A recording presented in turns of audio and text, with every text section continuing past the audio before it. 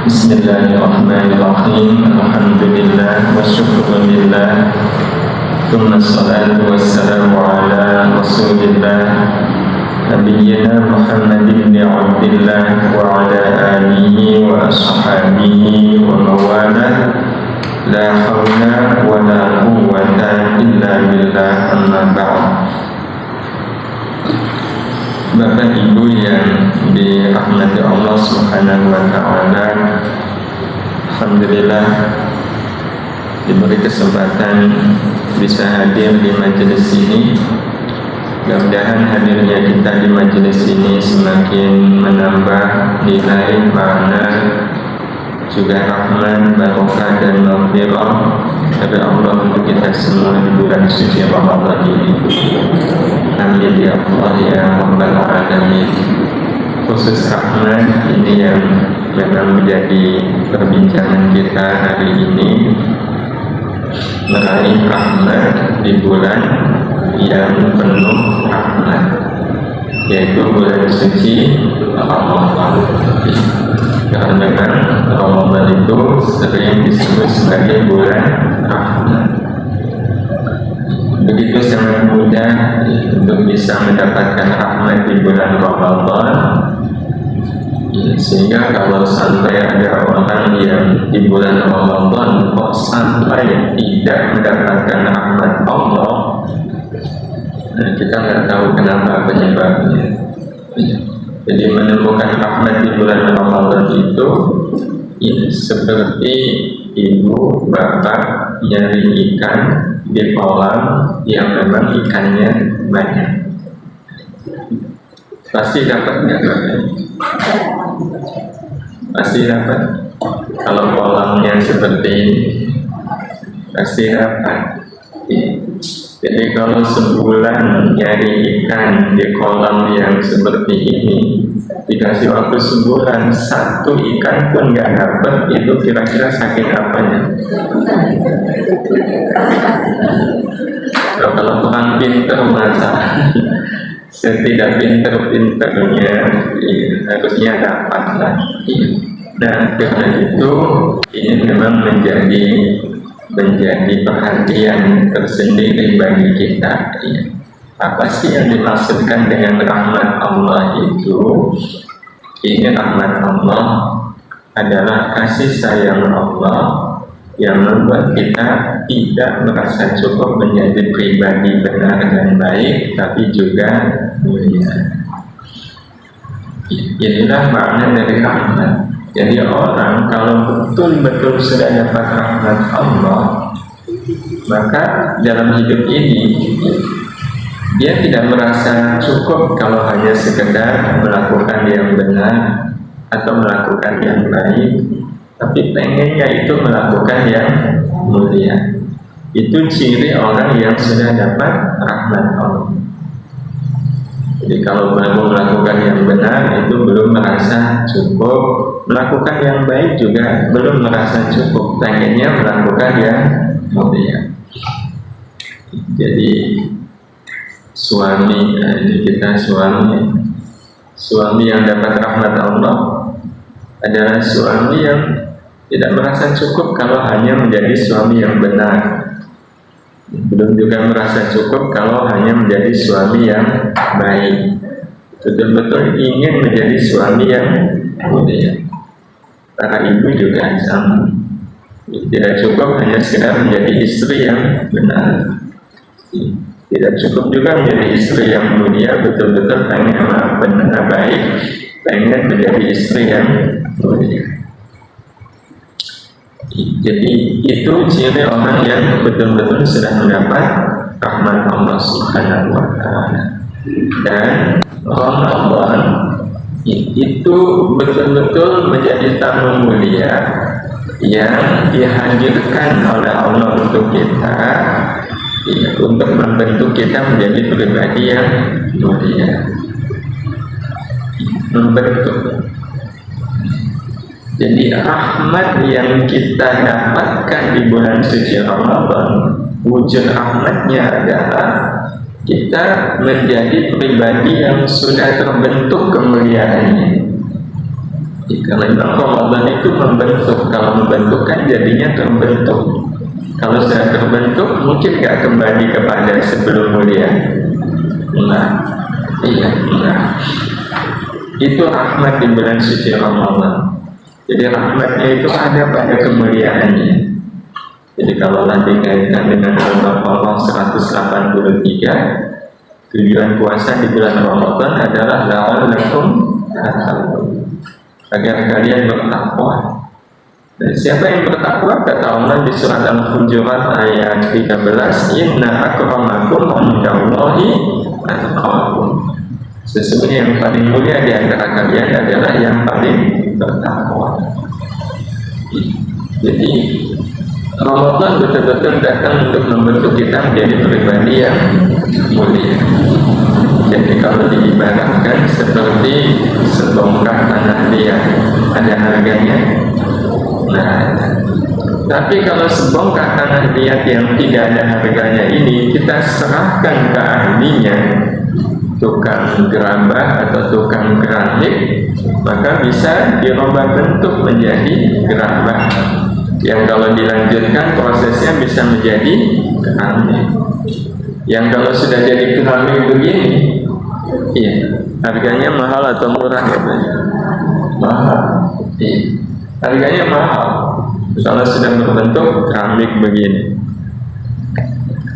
Nah, Bapak Ibu yang dirahmati Allah Subhanahu wa Ta'ala, dan keramik kalau sudah jadi keramik bisa nggak dikembalikan jadi tanah liat? Tidak akan bisa. Yang keramik betul-betul menjadi keramik.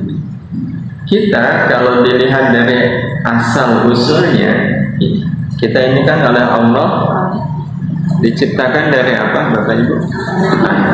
Ya, khalaqal insana min shalsalin kal fakhar. Kita manusia oleh Allah diciptakan dari tanah.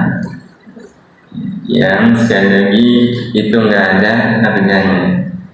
Tapi sebongkah tanah bernama kita sekarang ini sedang didatangi tamu mulia bernama Allah. Yang dia datang untuk apa, Bapak Ibu? Membentuk kita menjadi pribadi yang mulia. Siapa pribadi mulia tadi?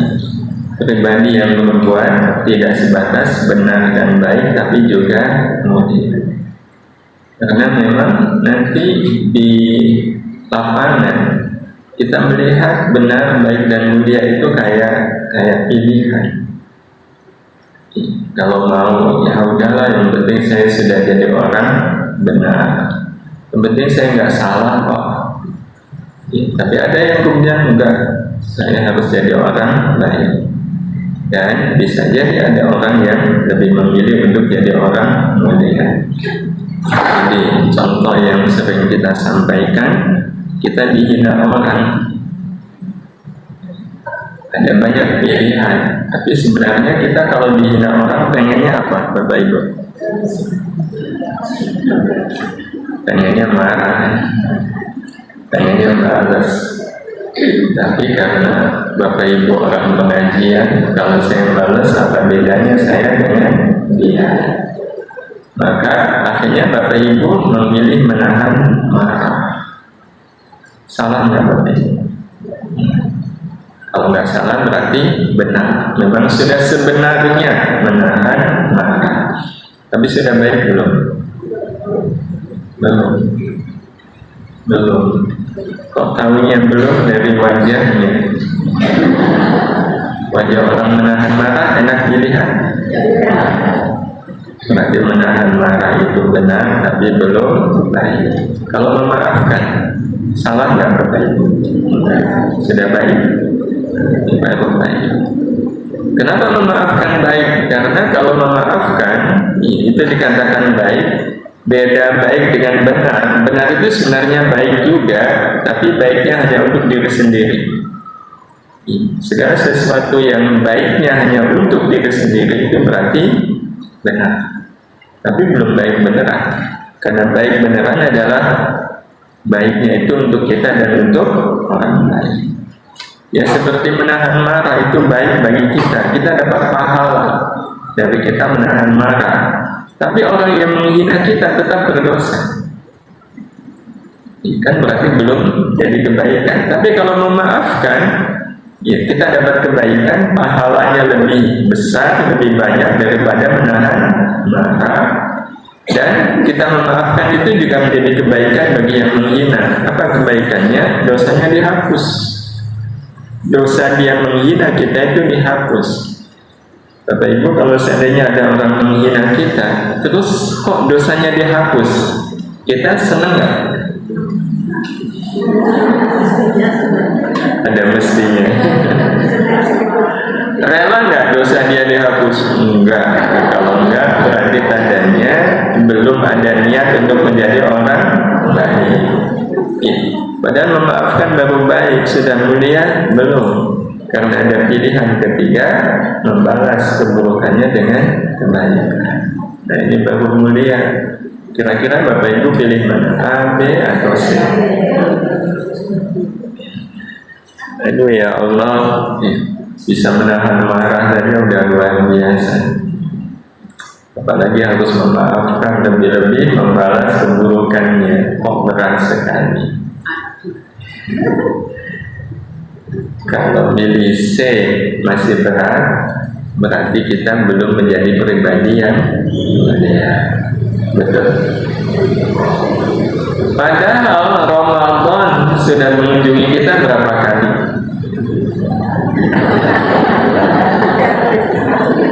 Sudah puluhan kali Ramadan mengunjungi kita untuk membentuk kita menjadi pribadi mulia. Oh nggak mulia-mulia. Ini harusnya Ramadan tahun ini kapok nggak mengunjungi kita? Oh kapok harusnya. Tapi karena Ramadan itu sosok mulia, belum tetap datang. Walaupun puluhan kali dia merasa usaha dia tidak berhasil. Itu kan menunjukkan betapa Ramadan memang sosok yang mulia, anti mutung. Ibu nasihatin suami udah 5 kali nggak berubah, kira-kira gimana? Padahal baru 5 kali. Ini Ramadan sudah puluhan kali. Anda ada seorang pengrajin gerabah, pengrajin keramik, sangat ahli, sangat piawai, sangat mumpuni. Beliau kemudian dikasih tanah liat untuk dibentuk menjadi keramik. Maka tukang gerabah ini berusaha membentuk tanah liat tadi. Sekali dibentuk gagal, dibentuk lagi gagal, dibentuk lagi nggak jadi, berkali-kali nggak jadi. Itu kira-kira tanah liat tadi oleh tukang gerabahnya diapakan? Dibuang. Soalnya nggak jadi-jadi ini.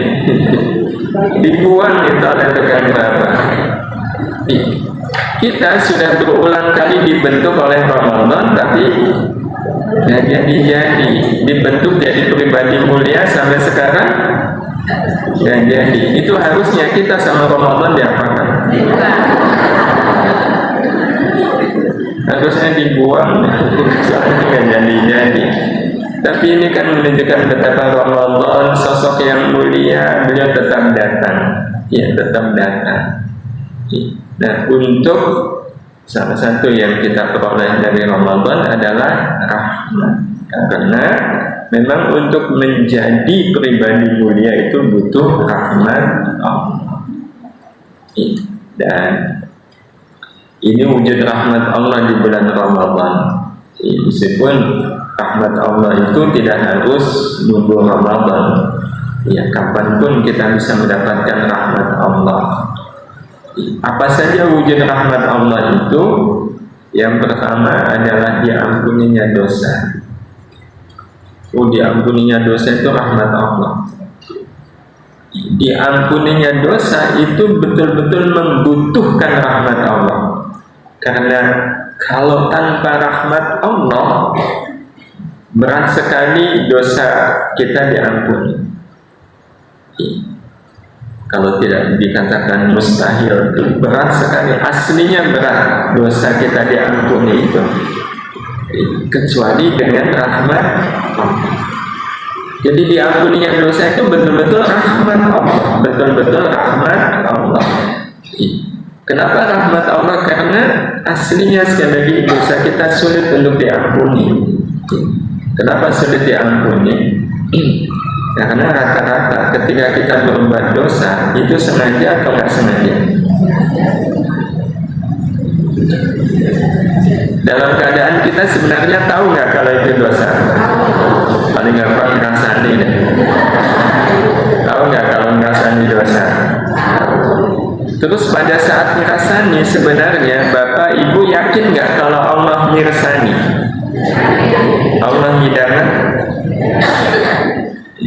Tahu hidangan yang sudah Maha mendengar. Ya, Allah itu mengetahui, Allah itu mendengar. Logikanya kalau waktu mau berbuat dosa ngerasani orang, yakin Allah melihat, mendengar, mengetahui, itu ngerasaninya jadi atau nggak jadi? Tapi selama ini ya, lanjut. Ini 2 poin saja itu sudah membuat dosa kita rasanya berat untuk diampuni. Seperti seorang suami, dia melakukan kesalahan ya di depan istrinya, sengaja pula. Jadi istrinya di depan, suami ini di depan istrinya godain cewek yang lewat, padahal di depan istrinya. Dan suami ini tahu kalau istrinya sangat nggak suka, tapi dilakukan. Itu istrinya untuk memaafkan sulit atau mudah?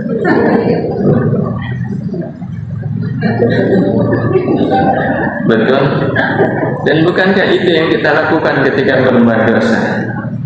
Tahu Allah nggak suka, tapi tetap dilakukan dalam keadaan tahu Allah melihat. Itu kan kalau mau dilihat dari sisi itu, dosa kita berat sekali untuk diampuni. Tapi ini rahmat Allah di surat Az-Zumar ayat 53. Qul ya ibadiyalladzina asrafu ala anfusihim la taqnatu min rahmatillah. Berat memang dosa itu diampuni, tapi Allah sang pengampun dosa ngasih cara. Ya, walaupun berat untuk diampuni, tetap jangan sampai putus asa dari mengharap rahmat Allah. Innallaha yaghfiru dzunuba jami'a. Kalau sudah dengan rahmat Allah, semua dosa akan diampuni. Ayat ini, Bapak Ibu yang dirahmati Allah, memberikan pengetahuan kepada kita ya, bahwa untuk diampuninya dosa itu betul-betul membutuhkan rahmat Allah. Karena itu kita dilarang untuk putus asa mengharapkan rahmat Allah. Ada rahmat Allah, ada rahmat Allah. Dan di bulan suci Ramadan, rahmat Allah, ya, Ibu catat saja Az-Zumar ayat 53. Di bulan suci Ramadan ini diampuninya dosa, yang ini merupakan rahmat Allah, mudah atau sulit? Mendapatkan rahmat Allah di bulan Ramadan, rahmat dalam wujud diampuninya dosa, mudah sekali. Sedemikian mudahnya, karena dalam satu kesempatan Rasulullah ngobrol sama sahabat. Rasulullah kan tiba-tiba mengucapkan amin, amin, amin 3 kali. Sahabat kan bertanya-tanya, Rasul kok tiba-tiba mengatakan amin? Kenapa? Kata Rasul, tadi Jibril datang menemuiku, menyampaikan 3 hal. Nah, di sini riwayat Bukhari dan Muslim. Nah, 3 hal itu salah satunya dikatakan oleh Jibril. Ra'lima anfa'ud dakhala 'alaihi Ramadan falam yughfar lahu. Ra'lima anfa'ud, celaka yang sangat celaka, rugi yang sangat rugi. Jadi Rasul menyebut fisik. Kalau menyebut fisik itu menunjukkan kecelakaan yang sangat celaka. Karena salah satu pantangan orang Arab kalau menghina itu mereka pantang menghina fisik. Jadi walaupun sejahiliyah apapun mereka itu kalau sudah menghina fisik enggak. Iya enggak. Itu bedanya kita dengan mereka. Kita kalau menghina kan kadang fisik. Maka itu bentuk. Ya itu kan sudah fisik. Kalau orang Arab enggak. Kalau sampai menyebut itu menunjukkan majas, menunjukkan kiasan. Ya, kiasan yang menunjukkan celaka yang sangat celaka. Seperti Rasul menyebut Rawima anfu abdin. Rawima itu, ya, anfu itu kan hidung. Rawima itu hidung yang terpotong. Padahal hidung itu kan penentu, betul? Penentu apa istilahnya wajah seseorang. Salah satu ukurannya kan hidung. Itu Rasul sampai menyebut hidung. Jadi ini artinya celaka yang sangat celaka. Seorang hamba yang masuk bulan Ramadan, yang ketemu dengan Ramadan, sampai Ramadan pergi, tapi dia tidak diampuni. Sampai Ramadan pergi kok dosanya tidak diampuni. Kalimat Nabi ini kan menunjukkan bahwa aneh betul kalau orang masuk ke Ramadan sampai dosanya tidak diampuni. Ini kan menunjukkan berarti selama Ramadan ini begitu mudah mendapatkan ampunan Allah. Maka inilah ya Bapak Ibu yang dirahmati Allah Subhanahu wa taala, wujud rahmat Allah khususnya di bulan suci Ramadan adalah diampuninya dosa. Istilahnya kalau ini kesempatan pemutihan. Jadi kalau Ramadan lewat pas pemutihan saja nggak dimanfaatkan, Ramadan saja dosa sampai tidak diampuni, bagaimana di luar Ramadan? Karena Ramadan ini betul-betul amat sangat dimudahkan diampuninya dosa, dan diampuninya dosa itu merupakan wujud dari rahmat Allah. Karena aslinya dosa kita berat untuk diampuni. Yang kedua, ini rahmat Allah. Dibahagiakan dalam kesusahan, yaitu rahmat. Bahagia dalam susah. Sebenarnya bisa nggak Bapak Ibu kita bahagia dalam susah? Lebih bahagia mana ketika susah atau senang? Nah, salah satu ciri orang belum dapat rahmat Allah itu bahagianya kalau senang. Tandanya berarti belum dapat rahmat Allah. Karena orang kalau dapat rahmat Allah itu dia bahagia dalam kesusahan. Bahkan dia merasa lebih bahagia dalam kesusahan melebihi bahagia dalam kesenangan. Itu orang kalau sudah dapat rahmat Allah. Bahagia dalam susah, gampang atau sulit? Sulit, tapi menjadi mudah kalau sudah dengan rahmat. Dan rahmat Allah yang membuat kita bahagia dalam kesusahan itu ada di bulan suci Ramadan. Dan ini real, nyata. Faktanya Ramadan sebenarnya datang membawa kesenangan atau kesusahan. Loh, apa senangnya? Siang hari nggak boleh makan kok. Betul nggak? Senang hari apa siang hari nggak boleh makan, itu bikin kita senang atau susah aslinya? Aslinya nggak boleh makan. Ibu pengen makan tapi nggak boleh makan, itu bikin ibu senang atau susah? Susah.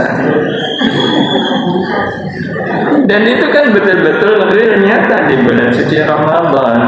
Ya, Bapak Ibu, kalau apalagi kalau dari malam nggak sahur, iya, siang begini, apalagi nanti tambah siang lagi kan pengen akan lapar dan haus. Pengennya apa? Makan. Pengen makan karena merasa lapar, kok nggak boleh? Jujur, Bapak Ibu seneng nggak? Lapar kok nggak boleh makan, dilarang makan, kan bikin susah. Tapi faktanya, walaupun kita lapar, pengen makan, tapi dilarang makan, itu rasanya kita senang atau susah? Nah, itu kan fakta. Ramadan telah mampu membuat kita bahagia dalam kesusahan. Itu rahmat, betul-betul rahmat. Dan kelak nanti kalau sudah dengan rahmat Allah, orang justru akan lebih bahagia dalam susah daripada dalam senang. Betul. Jadi kalau orang kita selama ini Bapak Ibu, kalau susah pengennya lama atau sebentar? Nanti dengan Ramadan kalau betul-betul dapat rahmat, kalau kita susah cuma sehari, itu betul-betul bikin kita kecewa. Kok susah cuma sehari? Mau dibuktikan itu? Nah, ini pembuktiannya. Ibu, ini cuma kalau ya ada istri punya suami seperti ini, pemarah, temperamental. Kalau sudah marah itu ya udah pakai melotot, pakai nuding-nuding, pakai menghina, menyakiti. Kira-kira istrinya bahagia enggak? Enggak. Baik, kalau enggak, dalam keadaan seperti ini sebenarnya si istri ada peluang untuk apa? Untuk sabar. Betul. Ada kesempatan untuk sabar. Kita itu akan bisa sabar kapan? Kalau susah. Kalau susah. Ya, kalau nggak susah kan sulit untuk sabar. Jadi kita akan sabar kalau kita susah. Ya salah satunya seperti ini, kan pasti susah. Nah, kalau bicara soal sabar, Ibu pernah dengar sebuah pernyataan wabasyiris sabirin? Apa artinya? Sampaikan berita gembira kepada orang-orang yang sabar. Sampaikan berita gembira kepada orang-orang yang sabar. Ya, siapa yang menyampaikan ini? Allah menyampaikan, sampaikan berita gembira kepada orang-orang yang sabar. Berita gembiranya apa? Berita gembiranya disebutkan di surat Az-Zumar ayat 10, innama yuwaffas sabiruna ajrahum bighairi hisab. Sesungguhnya orang-orang yang sabar akan diberikan pahala tanpa batas. Orang-orang yang sabar akan diberikan pahala tanpa batas. Tanpa batas. Jadi seperti orang bekerja dikasih gaji, ya gajinya tanpa batas. Jadi diberi gaji tanpa batas. Itu menggembirakan enggak? Iya. Jadi gaji tanpa batas itu udah yang penting pokoknya bekerja sebulan, mau minta apa aja dikasih, minta apa aja dikasih, minta rumah kasih, minta mobil kasih. Itu kan namanya gaji tanpa batas. Nah, kalau manusia mana ada ngasih gaji tanpa batas? Ya. Manusia ngasih gaji mesti pakai batas. Ya. Tapi Allah mengatakan tanpa batas. Diberikan kepada siapa? Orang yang sabar. Jadi orang yang sabar mau minta apa saja, ya, pahala itu akan dikasih. Akan dikasih. Wujudnya apa? Nanti Bapak Ibu akan merasakan sendiri di akhirat. Orang-orang yang sabar itu pahalanya tanpa batas. Kalau tanpa batas minta apa saja dipenuhi. Minta apa saja dipenuhi. Ya Allah, kok suami saya di bawah, tolong naikkan ke atas, dinaikkan. Kok teman baik saya ada di bawah, tolong dinaikkan, dinaikkan. minta apa aja dipenuhi. Itu orang yang sabar. Berarti dua ayat tadi isinya adalah berita gembira untuk siapa? Untuk orang yang sabar. Berita gembira untuk orang yang sabar. Nah, sabar itu akan diberikan kepada siapa? Orang yang susah. Betul? Kapan kita punya kesempatan sabar? Ketika kita susah. Dan orang yang sabar akan dapat pahala tanpa batas. Maka kira-kira ketika ibu sabar, bapak sabar menghadapi kesusahan hidup, sabarnya bapak ibu yang mana? Sabar menahan kesusahan hidup, sabar menerima kesusahan hidup, atau sabar menikmati kesusahan hidup? Sabarnya bapak ibu yang mana? A, B, atau C?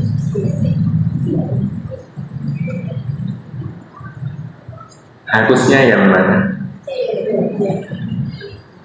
Harusnya yang C. Sabar menikmati. Betul? Kalau betul sabar menikmati, Bapak Ibu, bahagiakah kita saat harus menjalani kesusahan hidup? Kok nggak ada jawaban? Bahagia nggak? Sehingga kalau seandainya ibu-ibu, ya suami ibu semisal ini cuma semisal aja, marah-marah dari pagi, siang, berarti ibu punya kesempatan apa? Sabar. Sore kok nggak marah lagi? Sore kok nggak marah lagi? Berarti ibu tetap susah atau susahnya hilang? Susahnya hilang. Begitu susahnya hilang berarti sabarnya hilang. Berarti ibu sedih atau senang?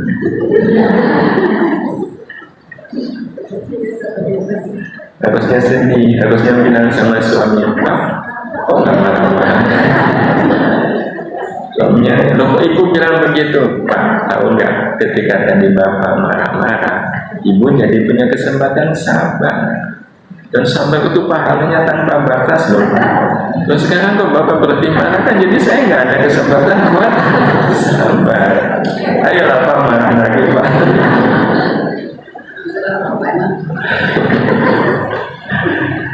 Bapak Ibu yang dirahmati Allah Subhanahu wa Ta'ala, berarti kita sudah tahu bahwa kesusahan itu perlu untuk sabar, dan sabar itu pahalanya tanpa batas.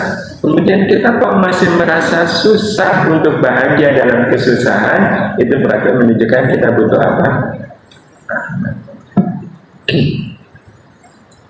Kita butuh rahmat Allah. Karena itu orang kalau sudah betul-betul mendapatkan rahmat Allah, hidupnya hanya mengenal dua kemungkinan. Yang pertama bahagia atau lebih bahagia. Bahagia waktu senang, lebih bahagia waktu susah. Itu orang kalau sudah dapat rahmat Allah Subhanahu wa Ta'ala. Karena kesusahan itu tidak masalah. Mungkin Bapak Ibu pernah dengar kisah seorang sahabat putri, ya, seorang muslimah, sahabat sahabiah.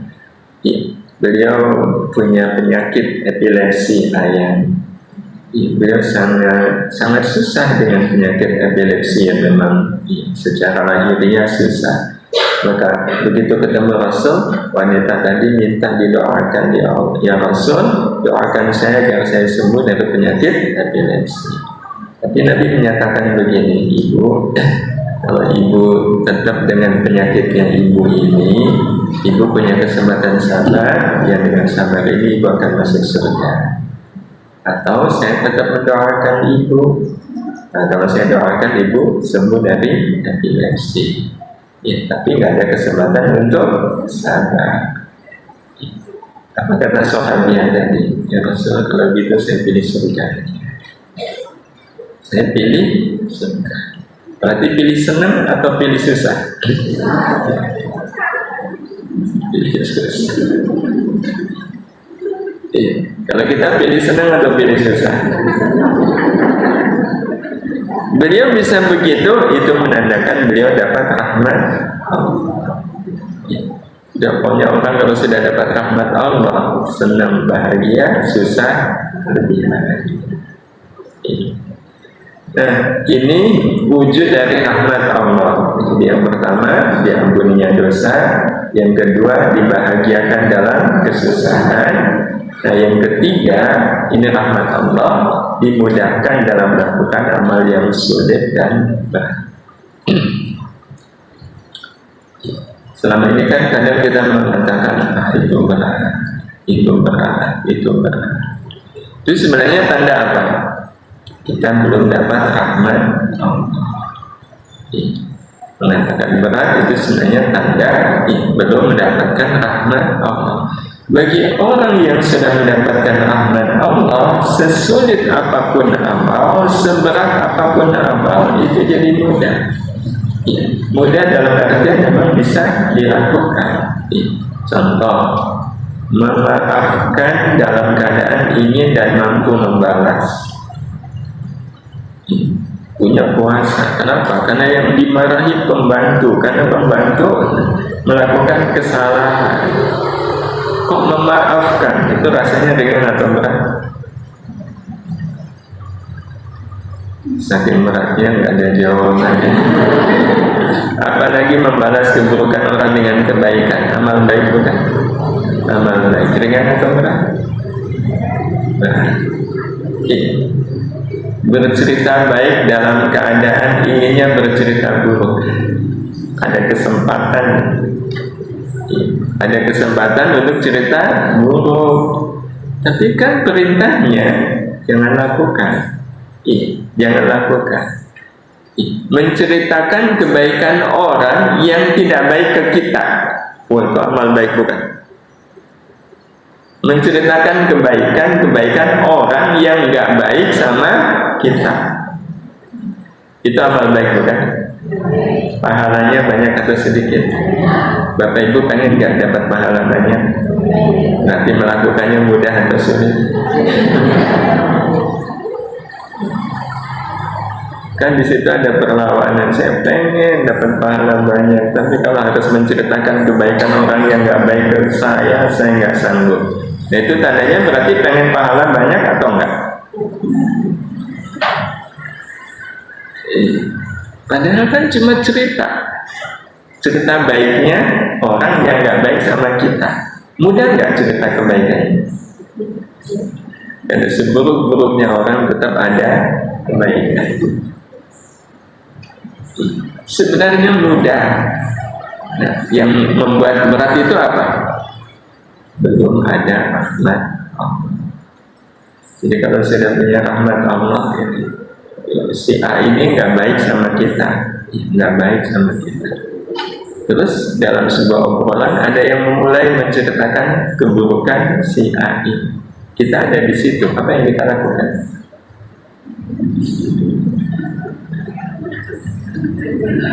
Nambahin gitu. Tapi enggak karena Bapak Ibu majelis tazkiyah sudah tahu, justru Bapak Ibu membela kehormatan si Allah, begitu si itu baik kok, baik sekali. Wah, itu kita semua yang ada di langit langsung nyorot ke Ibu kan? Ya, itu siapa? Itu siapa? Itu langsung viral nama Ibu di kalangan masyarakat. Betul Pak, langsung viral. Bisa aras itu terguncang. Aras terguncang. Kita, kalau terjadi gempa biasanya langsung apa? Nyari ya, pusat gempanya di mana, betul? Malaikat juga sama, harus terguncang. Itu mereka, ini pusat gempanya di mana? Ternyata di Masjid Istiqomah. Ada orang yang justru dia menceritakan kebaikan orang yang menfitnah dia, orang yang menjelek-jelekan dia, orang yang menyusahkan dia. Tapi dia ceritakan kebaikannya. Oh, itu sudah jadi pusat gempa di atas. Ya gempa bukan kemudian harusnya runtuh gitu. Ya, gempa dalam artian berguncang kalau bahasa Nabi Sallallahu Alaihi Wasallam. Bapak Ibu yang dirahmati Allah, jujur dalam keadaan ada peluang untuk bisa curhat, ya, pedagang gitu, ya, ada pembeli kayaknya tertarik. Sebenarnya barang itu ada cacatnya, ya, tapi sengaja nggak ditampakkan dan dapat keuntungan besar hasilnya. Iya, dan jujur namanya. Tapi kalau kemudian jujur, ibu kalau ibu ambil itu, saya kasih potongan bu 50%. Loh kok banyak? Iya, karena cacat ini dulu, ini cacatnya saya tunjukkan. Ya, kalau ibu berkenan silahkan, harganya saya potong. Tapi kalau mau yang nggak cacat yang ini, tapi harganya itu. Itu pahalanya amat sangat besar. Berinfak dalam keadaan inginnya bersenang-senang. Iya, berinfak dalam keadaan inginnya bersenang-senang. Ya, apalagi memberikan yang paling disukai itu ringan atau berat? Berat. Iya, tapi menjadi ringan kalau sudah dengan rahmat Allah. Berarti kan menunjukkan kita sangat membutuhkan rahmat Allah. Iya. Atau ini si bapak-bapak menentukan pandangan dari melihat yang haram dalam keadaan ini dan mampu untuk memandang. Anak muda terutama, itu sudah. Ini kalau tanpa rahmat Allah nggak bisa. Ya, menentukan pandangan itu betul-betul rahmat Allah Subhanahu wa Ta'ala. Jadi yang namanya rahmat, Bapak Ibu, adalah kasih sayang Allah yang menumbuhkan pohon-pohon kebaikan di antara hidup kita. Dan pohon-pohon kebaikan itu memang hanya akan tumbuh dari tidak tumbuhnya keburukan. Ya, berarti memang pada akhirnya Bapak Ibu yang dirahmati Allah Subhanahu wa Ta'ala, rahmat Allah ini harus kita peroleh. Dan bagaimana caranya kita bisa mendapatkan rahmat Allah ini? Bagaimana caranya? Terutama di bulan suci Ramadan, terutama di bulan suci Ramadan ini. Bagaimana agar Ramadan ini bisa mendatangkan rahmat Allah? Dan kalau sudah rahmat Allah, kita pasti akan menjadi pribadi yang mulia. Kita pasti akan menjadi pribadi yang mulia. Mendoakan orang yang menggolimi kita itu kan kemuliaan. Membalas keburukan orang dengan kebaikan itu kemuliaan. Membela kehormatan orang-orang yang tak baik ke kita itu sebuah kemuliaan. Banyak kemuliaan yang kita bisa peroleh, tapi kemuliaan itu sekali lagi membutuhkan rahmat Allah. Dan bagaimana caranya Allah Subhanahu wa Ta'ala membimbing kita ya, untuk bisa mendapatkan rahmat Allah lewat ayat ini. Innal ladzina amanu wal ladzina hajaru wa jahadu fi sabilillah ulaika yarjuna rahmatah. Ini ada di surat Al-Baqarah Ibu Bapak. Saya lupa ayatnya. Bapak Ibu baca aja dari awal. Nanti ketemu ayatnya. Nanti dicatat saja ayatnya yang berapa. Innal ladzina amanu, sesungguhnya orang-orang yang beriman, wal ladzina hajaru, dan orang-orang yang berhijrah, wajahadu, dan berjuang fi sabilillah, di jalan Allah, ulaika yarjuna rahmatullah. Mereka itulah orang-orang yang mengharapkan rahmat Allah. Allah hanya akan memberikan rahmatnya kepada orang yang mengharapkan. Allah tidak akan memberikan rahmat kepada yang tidak mengharapkan. Allah pasti akan memberikan rahmat kepada orang yang berharap. Maka yang kita bisa lakukan Bapak Ibu adalah menunjukkan kepada Allah bahwa ya Allah, saya sangat mengharapkan rahmat-Mu. Karena tanpa rahmat-Mu tidak akan mungkin saya beramal baik. Tidak akan mungkin saya bisa melakukan kemuliaan. Tidak mungkin saya mendapatkan kemuliaan. Dan soal rahmat Allah ini menjadi hal yang sangat penting. Kenapa penting? Karena besok kita di akhirat masuk surga itu karena rahmat Allah. Ya, karena rahmat Allah. Nah, apakah seseorang nanti masuk surga atau tidak, itu ditentukan rahmat Allah. Nah, kira-kira rahmat Allah yang nunggu di akhirat atau ketika di dunia? Di dunia. Di dunia. Maka memang pada akhirnya menjadi sangat-sangat penting kita mengikhtiarkan diri untuk bisa mendapatkan rahmat Allah. Dan dengan rahmat Allah ini kita menjadi pribadi yang mulia. Jadi mulianya pribadi kita, mulianya sikap kita, perilaku kita, amal kita, itu sebenarnya menunjukkan kalau kita betul-betul menjadi hamba yang mendapatkan itu yang telah membuat kita masuk. Jadi orang yang betul-betul mendapatkan rahmat Allah itu bisa dilihat dari pribadinya betul-betul pribadi yang mulia. Hal pertama yang kita bisa lihat dari ayat ini, Allah mengatakan bahwa rahmat Allah itu akan diberikan kepada siapa, Bapak Ibu? Illalladzina amanu. Butuh iman, selain iman hajaru, hijrah, selain hijrah jahadu, berjuang. Jadi membutuhkan 3 hal. Butuh iman, butuh hijrah, butuh berjuang.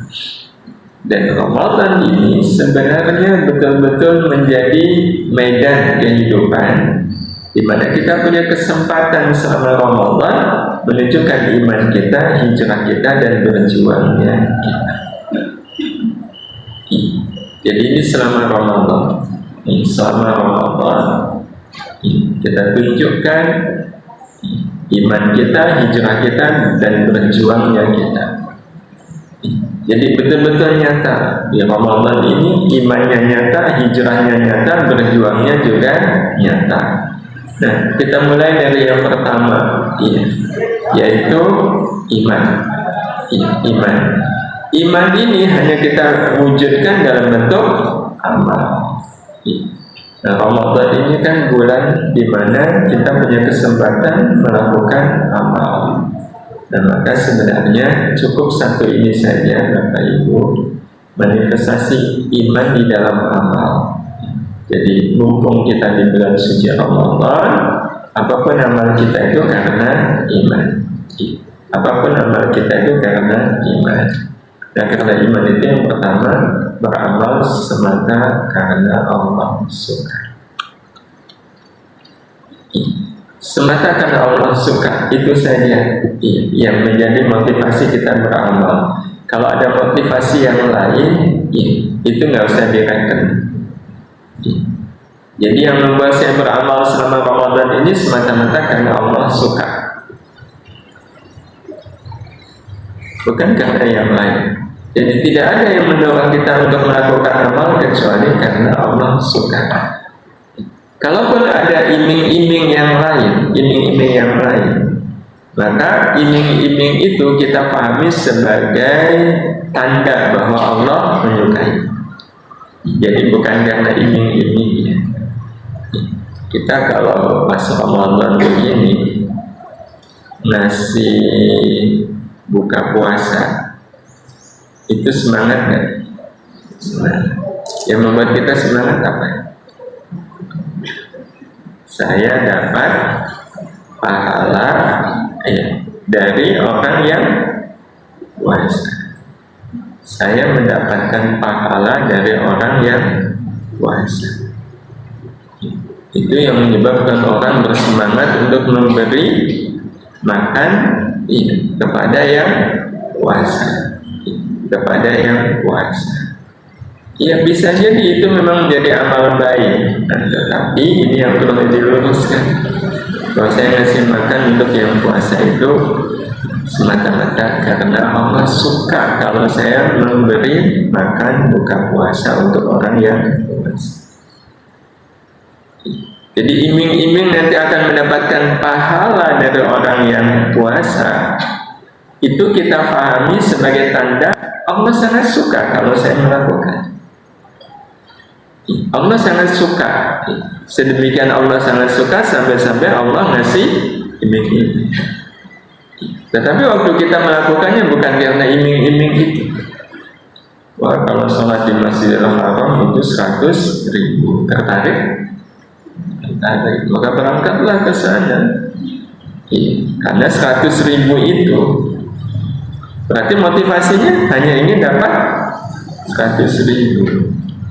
Nah, itu yang kemudian perlu diluruskan, bahwa kalaulah sholat di Masjidil Haram itu yang nilainya 100.000, itu yang saya pahami menunjukkan bahwa saya kalau sholat di Masjidil Haram Allah sangat suka.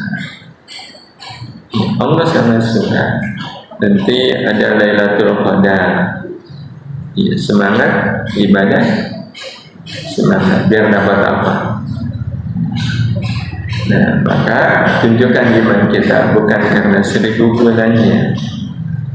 Khairun min alfi syahrin itu menunjukkan Allah sangat suka kalau saya beribadah di Lailatul Qadar. Jadi enggak pada 1000 bulannya. Iya, enggak. Dan karena itulah kenapa Lailatul Qadar dirahasiakan. Itu untuk memotivasi kita kalau Allah sangat suka. Jadi waktu kita ibadah malam Lailatul Qadar, yang ada di kepala kita bukan lagi 1000 bulan. Allah sangat suka. Allah sangat suka, dan itu menunjukkan iman. Dan ini hukumnya Bapak Ibu. Kalau kita beramal, apapun amal kita semata karena Allah suka, maka kalaupun awalnya tidak suka, Allah akan buat kita menjadi suka. Tapi kalau semisal ini Lailatul Qadar nih, saya ibadah karena Lailatul Qadar, memang bisa jadi semalaman dia ibadah, semalaman dia ibadah. Tapi karena yang dikejar Lailatul Qadarnya, ya dia senang ibadahnya cuma malam itu saja. Besoknya nggak genap semangatnya ibadahnya. Padahal itu yang sebenarnya Allah nggak suka. Allah nggak suka kalau ibadah hanya sekedar mengejar. Jadi Allah pasti akan memberikan rahmatnya dalam bentuk menyukai amal kalau kita melakukan amal itu semata karena Allah suka. Jadi bisa jadi kita baca Quran itu berat. Dan berat itu karena kita belum suka. Tapi kan kalau saya baca Quran Allah suka. Bismillah ya Allah, saya baca Quran semata-mata karena saya tahu Engkau suka. Meskipun saya belum suka, tapi saya tetap baca. Yang membuat saya tetap baca adalah karena saya tahu Engkau suka. Engkau suka. Dan sebenarnya Allah tahu nggak kalau kita nggak suka? Tahu. Tapi kita sudah menyampaikan ke Allah kalau saya baca Quran ini semata-mata karena Engkau suka. Apa yang akan Allah berikan? Balasan. Allah buat kita menjadi orang yang suka. Jadi kalau logika sederhananya seperti ibu punya anak, ibu suruh nyapu. Padahal ibu tahu kalau anak ini nggak seneng nyapu, tapi dia tetap nyapu. Dan ibu juga akhirnya tahu dia tetap nyapu itu lebih karena dia tahu nyapu itu pekerjaan yang disukai oleh ibu. Tapi ibunya tahu kalau anak ini sebenarnya nggak suka nyapu. Maka ketika ibu ngelihat dia nyapu, itu ibu terharu kan? Terharu. Disuruh beli apa di warung, tahu sebenarnya anak ini nggak suka, tapi dia tetap ke warung. Ketika ditanya kenapa, ya kan ibu suka kalau saya ke warung, tapi kamu sendiri suka nggak? Aslinya nggak. Tapi saya tetap lakukan karena saya tahu ibu suka. Maka terharu. Maka itulah balasan yang Allah berikan, rahmat dalam wujud kita menjadi orang yang suka dengan amal tadi. Dan ini menjadi salah satu solusi. Kalau kita belum suka dengan amal, nggak apa-apa, Tapi tetap lakukan amal itu. Tapi sebelumnya sampaikan, ya Allah, aslinya saya nggak suka dengan amal ini, berat ya Allah. Tapi karena Engkau menyukai, bismillah, saya melakukannya semata-mata karena Engkau menyukai. Oh Allah, harus sekali dengan orang seperti ini.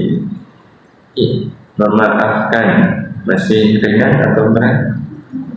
Ya Allah, jujur sebenarnya saya berat memaafkan dia, berat. Tapi bukan kalau Engkau menyukai saya, kalau saya memaafkan dia, bismillah ya Allah, aku memaafkan dia.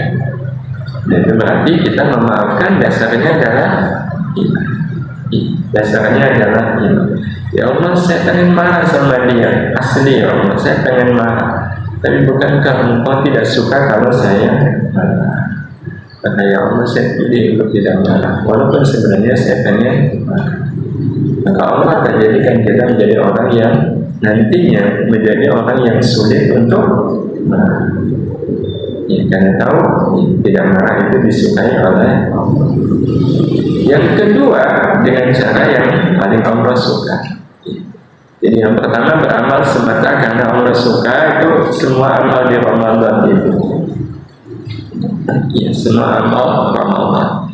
Ya, karena itu kalau pengen dapat rahmat penuh selama Ramadan, Bapak Ibu cari amal-amal yang Bapak Ibu sebenarnya nggak suka. Cari amal-amal yang Bapak Ibu tidak suka, dan itu banyak. Ya, itu banyak.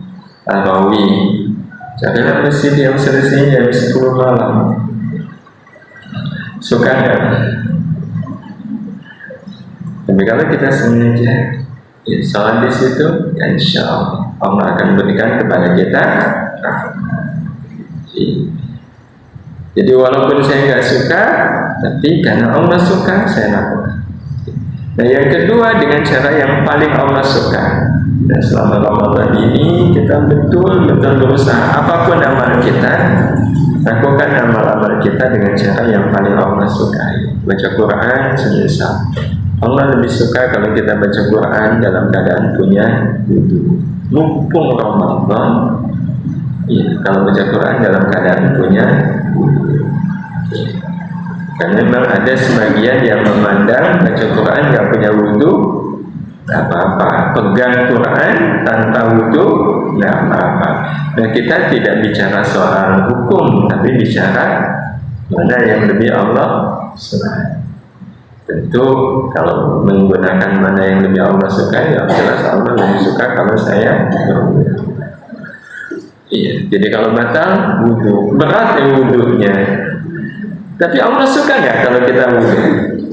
Ya Allah, sebenarnya saya malas wudu, ya Allah. Ingin gitu, malas. Tapi bukankah Engkau suka kalau saya wudu? Maka saya tetap wudu, ya Allah. Saya tetap wudu. Itu sudah berarti kita sudah menunjukkan iman kita kepada Allah di dalam amal-amal kita dengan cara yang paling Allah suka. Jadi sebisa mungkin di Ramadan ini apapun amal kita lakukan dengan cara yang paling Allah suka. Ya, baca Quran dengan cara yang paling Allah suka, duduk yang paling Allah suka sebisa mungkin. Kenapa? Karena saya ingin ya Ramadan ini mendatangkan rahmat. Kemudian dengan hati yang sangat suka, dengan hati yang sangat suka, walaupun hati yang sangat suka itu disuka-sukakan. Sebenarnya kita nggak suka, tapi kemudian kita menampakkan suka. Kita menampakkan suka ya, dengan amal itu. Dan kita menampakkan suka, ya Allah sebenarnya saya nggak suka, tapi karena Engkau suka, ya bagaimana mungkin saya tidak suka. Itu saja sudah menunjukkan bahwa ketika kita tetap melakukannya, mudah-mudahan Allah menggolongkan kita orang-orang yang ketika melakukan amal itu dengan hati yang sangat suka. Jadi kalau muncul nggak suka itu langsung dilawan. Tarawih, imam bacaannya kurang enak, kan muncul rasa, kok imamnya ganti sih? Nah langsung diganti, enggak ya, saya suka. Jadi berusaha meralat. Ya kita kalau kita katakan ya Allah yang tadi nggak suka itu bukan saya. Itu tetap berusaha mendengarkan imam itu dengan hati yang suka, dengan hati yang suka. Jadi betul-betul hati kita suka. Nah kalau ini harus dengan pengertian. Ya gimana hati saya nggak suka, wong ini yang dibacakan kalam Allah, yang dibaca adalah kalam Allah. Jadi yang membuat hati kita suka itu kalau sedang melihat amal ini ya, adalah amal yang disukai oleh Allah Subhanahu wa Ta'ala. Siapapun yang beramal semata karena iman seperti ini ya, insya Allah mudah-mudahan ya, betul-betul nanti akan mendatangkan rahmat Allah. Demikian Bapak Ibu yang kita bisa sampaikan. Kita sudahi dengan sama-sama berdoa kepada Allah Subhanahu wa Ta'ala. Bismillahirrahmanirrahim. Alhamdulillahirabbil alamin. Allahumma shalli ala sayyidina Muhammad wa ala alihi wa ashabihi ajma'in. Ya Allah, rahmati kami di bulan Ramadan ini. Dan ya Allah, sungguh tidak ada rahmat yang lebih kami harapkan dari datangnya Ramadan ini, melebihi rahmat diampuninya dosa-dosa kami ya Allah, diampuninya dosa-dosa kami. Ya Allah, Kau Maha tahu seperti apa dosa-dosa yang pernah kami lakukan. Engkau pun Maha tahu ya Allah bagaimana kami melakukan perbuatan dosa. Engkau pun Maha tahu ya Allah kadar dosa yang sudah kami perbuat ya Allah. Kalau bukan karena rahmat-Mu, saya tidak tahu ya Allah apakah dosa-dosa ini akan terhapus. Tapi ya Allah, bukankah Engkau Maha memberi rahmat? Bukankah Engkau tadi yang memiliki rahmat yang amat sangat luas? Karena itu, dengan rahmat-Mu, dengan rahmat-Mu, dengan rahmat-Mu, kami betul-betul mohon ya Allah, ampuni semua dosa kami. Ampuni sebanyak apapun dosa yang pernah kami perbuat. Ampuni sekelam apapun masa lalu kami, senista apapun aib-aib yang selama ini kami sembunyikan. Ampuni semuanya ya Allah, ampuni semuanya. Kami ingin saatnya Ramadan berakhir dalam keadaan kami bersih ya Allah, dalam keadaan bersih.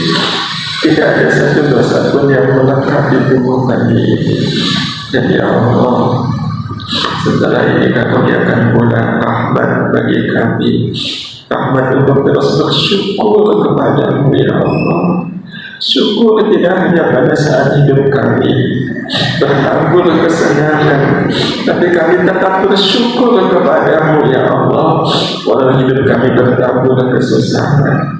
Bukankah dalam kesusahan Engkau menyimpan rahmat yang jauh lebih banyak untuk kami? Maka bagaimana mungkin kami merasa sedih, merasa susah, merasa gelisah dalam kesusahan, sementara Engkau meletakkan rahmat yang amat sangat luas dalam kesusahan.